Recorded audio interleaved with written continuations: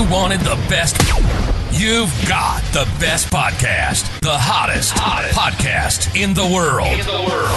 The Chris Voss Show, the preeminent podcast with guests so smart you may experience serious brain bleed. The CEOs, authors, thought leaders, visionaries, and motivators. Get ready. Strap yourself in. Keep your hands, arms, and legs inside the vehicle at all times, because you're about to go on a monster education roller coaster with your brain. Now, here's your host, Chris Voss. Hi, folks. It's Voss here from thechrisvossshow.com. With our only things that makes it official. Welcome to Big Show. As always, the Chris Voss Show is the family that loves you and just thinks you guys are wonderful. You guys are the best guests in the world, or the best audience and the best guests in the world that we have on the show. And as always, refer the show to your family, friends, and relatives. Go to goodreads.com/Chris Voss, LinkedIn.com/Chris Voss, Chris Voss 1, the TikTok, and all those crazy places on the internet. Opinions expressed by guests on the podcast are solely their own and do not necessarily reflect the opinions of the host or the Chris Voss Show. Some guests of the show may be advertising on the podcast, but it is not an endorsement or review of any kind. Today we had an amazing young man on the show. Alan E. Tonks joins us on the show. His latest book was recently updated December 1st, 2024, called The St. Kitts Connection. Welcome to the show, Alan. How are you? Thank you. I'm doing good. Thank you very much. Thank you for coming. Give us a .coms or wherever you want people to find out more about you on the interwebs.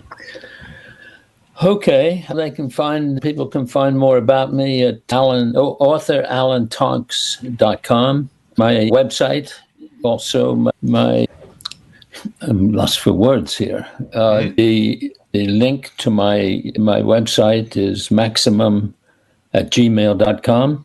Okay. And should be able to get me easily. You can check it out. So give us a 30,000 overview. What's in this book, The St. Kitts Connection? Okay. The book is primarily a true story. I've had to call it a novel because there's some enhancements to the book to make it more interesting. Mm-hmm. I can go over the book with you as it's reflected in the treatment part of the pitch to investors for a movie. Oh, okay. In 1991, while he was campaigning for President of India in upcoming elections, Prime Minister Rajiv Gandhi was assassinated. He had made a campaign stop in Madras when a young girl carrying a sandalwood garland stepped out from a crowd of supporters and detonated a bomb as she knelt in front of him. Mm-hmm. 2 years earlier, a young commercial banker, Terry Downs, seeking to further his career, is recruited away from a conservative bank in Delaware to join a much more liberal bank in South Florida. After getting fired for failure to agree to the owner's illegal practices, he finds himself searching for another job. He meets two wealthy Canadian real estate developers who owned an offshore bank in St. Kitts. Mm-hmm. After a lengthy reviewing process, which included a meeting with lawyers and visiting the bank in St. Kitts, he agrees to an employment contract that includes managing all of their holdings. 2 years later, and thinking it was all behind him, he receives calls from two international newspaper reporters requesting confirmation of a numbered account in the St. Kitts Bank, purportedly owned by Downs or opened by Downs. Mm-hmm. Both reporters had received a fax by an anonymous source of an account in the name of a politician running against Gandhi in the election. It was obviously a setup. After refusing comment, Downs contacts the manager of the bank to find out who had forged his name. Anticipating his call, the bank manager had arranged for Downs to travel to Toronto to meet some influential people to get some answers. Not satisfied with the answers and eager to get to the bottom of why his name was being used to affect the outcome of the Indian elections, he travels to St. Kitts with a newspaper reporter. In St. Kitts, he soon finds himself in the middle of an international conspiracy to trade drugs for weapons that were bound for the liberation of Tamil Tigers of Elam, a terrorist group in Sri Lanka. Mm-hmm. When Gandhi announced that he was prepared to send Indian forces into Sri Lanka to prevent the terrorists from achieving their goal, panic erupted in St. Kitts. Murder, kidnapping, extortion, and a U.S. bank failure occur prior to Gandhi's assassination, which includes some unlikely characters. Yeah. That sounds like a wild ride people going on there. Wild ride. So now evidently this book was originally put out in 2011 and you've done some updating to it. Do I understand that correctly? But yeah, I wrote the book and got it published, and I had a bad experience with a publisher. Mm-hmm. And I decided to revisit it several years later. Mm-hmm. Actually, it was in 2024 I decided to pick it up and rewrite it. So I did, and it's been met with favorable comments. That's awesome. I mean, something you just get to renew and make fun again. So tell us a little bit about yourself, your history. How did you grow up? When did you know you were a writer? Sure. All that sort of thing. Oh, I don't know whether I know. I don't know whether I can tell you when I became a writer. I was born and raised in Birmingham, England, 1943, in the middle of the war. Mm-hmm.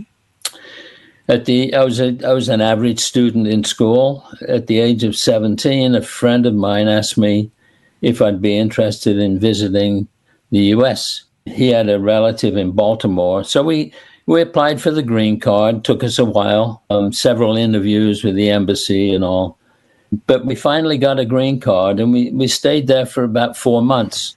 We got jobs here and there. One job was working in an amusement park.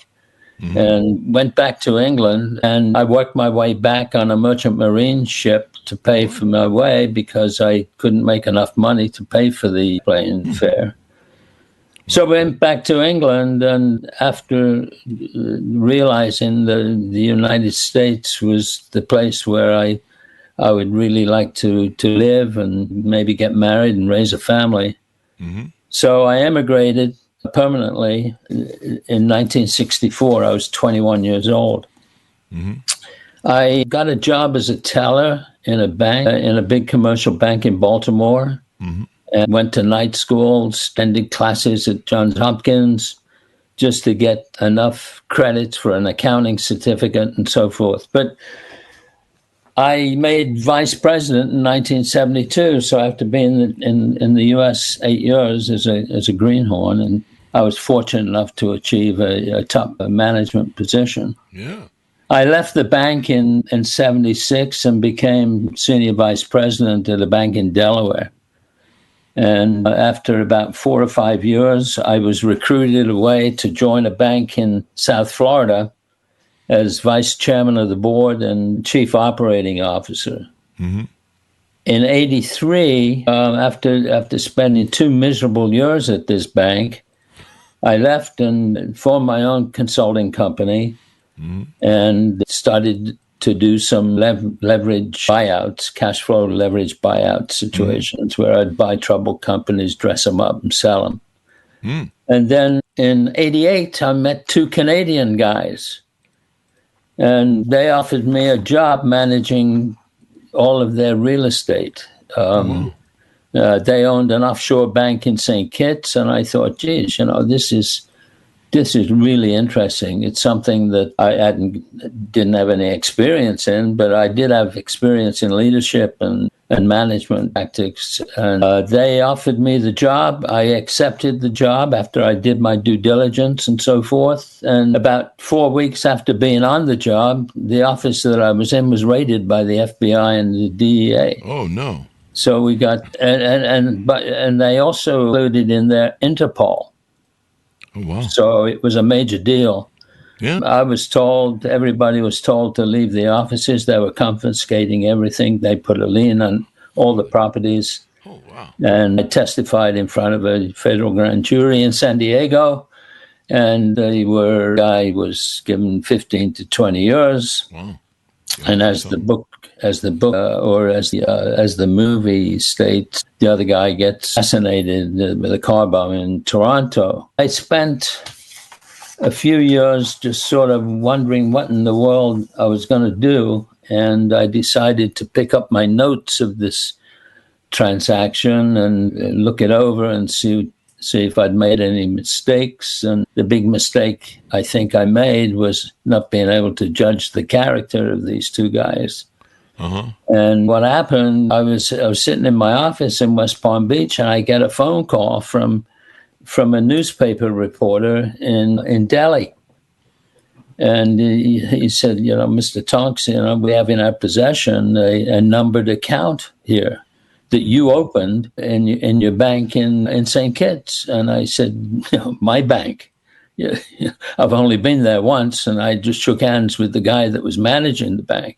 He said, "Oh no, we've got your signature on a numbered account, and it belongs to a guy that's running against Gandhi in the Indian elections.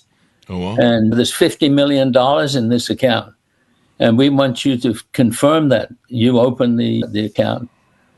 And of course, I wouldn't do it for obvious reasons, not the least of which is I wasn't an officer of the bank. Yeah. So I hung up the phone, and about 2 hours later, I get another call from a reporter from the Observer in London. Oh, wow. Asking me the same thing. He said, I've got a fax here from an anonymous source that says you opened up an account for this guy who's an Indian politician running in the elections against Gandhi. Oh, wow. And it's got $50 million in the account. We want you to confirm it. And I said, look, I'm not answering any questions. St. Kitts has got, above everything else, have got strict privacy laws associated with their financial institutions. Mm-hmm. And so I hung up the phone, and of course, called my lawyer. And I decided to go back down to St. Kitts to find out what was going on. Mm-hmm. And of course, the rest I'll leave to your readers. And it's quite a story. Well, it's almost a true story then. Yeah, for sure. I had to sort of exaggerate it a little because of it had to be interesting, just like any other true story. The endings are usually not interesting enough to make it a good book, So I call it a novel, of course. Yeah. Yeah. Give it that pop, if you will. You've got your book out. What do you hope people gather from your book as they read it? What do you hope they come away with? I think that the experience that I had and the way I've written the book, I would expect people to understand that the kinds of things that go on behind the scenes, mm-hmm. the things that the normal Joe, so to speak, is never aware of. And it can happen to anybody, what happened to me. And what I would like people to get out of the book, in addition to it being, I think, a great story, is an awareness factor. Mm-hmm. To be aware that you might have a lot of money, you may have a small amount of money deposited in a commercial bank, and you have to be aware of what the banks can be involved in, illegal activities and so forth. Yeah, picked the wrong bank, and yeah, that's why I always use Swiss bank accounts. No, I'm just. I tell you, the U.S. commercial banks, of course, are insured for $250,000, but that seems to be a minuscule amount today in the eyes of a lot of people. Yeah, it doesn't go very far. And although it's $250 per account, people that come into a lot of money automatically put it in a commercial bank without thinking of asking questions about the bank. Mm-hmm. And, I was involved in auditing in the commercial banks, and geez whiz, there are so many things that can happen. So I'd like people to walk away from reading this book with somewhat of an awareness, that things can go haywire without you knowing about it. Things can go bad, folks. Got to be careful. Got to watch your six. Make sure you understand what's going on with your life. Yada, yada, yada. Is there any future sort of things going on with any future, maybe more books in a series? Maybe? Yeah, as a matter of fact, I'm working on a sequel. Okay. That involves the same principal, a protagonist that's in the St. Kitts connection. Mm-hmm. But I kind of liked writing a novel. It's something new to me. Of course, I'm a little old in the tooth to make it a career, but certainly I'm gonna do the best I can. Yeah, and I'm working on a sequel. You can write till you die. That's the beautiful part. Yeah, indeed. Oh. Yeah. Thank you very much for coming to the show. We really appreciate it. It's been fun and insightful, and I think readers will look forward to not only this book but the next book. And, making a series of these characters is always compelling to readers. I mean, readers love these types of series and stuff. So, yeah. I was going to mention that one of the questions you had on your list was who I would select as a movie actor for the protagonist, and I've always liked the Bourne series, and Jason Bourne, and with Matt Damon, that seemed to me to be a good fit, and I like the directors that directed that movie. Yeah. Or that series. So I think that the guys that I would like to take the part of Terry Downs, who was the protagonist, would be a guy like, what's his name, the British actor. Anyway, you would know who I'm talking about. Okay.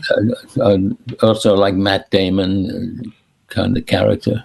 So give us your .coms, your contacts, wherever you want people to find you on the interwebs as we go. Yeah, it's author Alan Tonks. .com. As I mentioned earlier, it's maximum@gmail.com. You can reach me through my website. Certainly, you can buy the books through Amazon and Barnes and Noble. Of course, I'd prefer you buy them through the website. But yeah, that's how you can reach. Well, thank you very much for coming on. It's been fun and insightful. Thank you. Appreciate it. And thanks to our audience for tuning in. Go to goodreads.com/Chris Voss, LinkedIn.com/Chris Voss, Chris Voss 1, the TikTokity, and all those crazy places on the internet. Order the book wherever fine books are sold. The St. Kitts Connection, out December 1st, 2024 by Alan E. Tonks.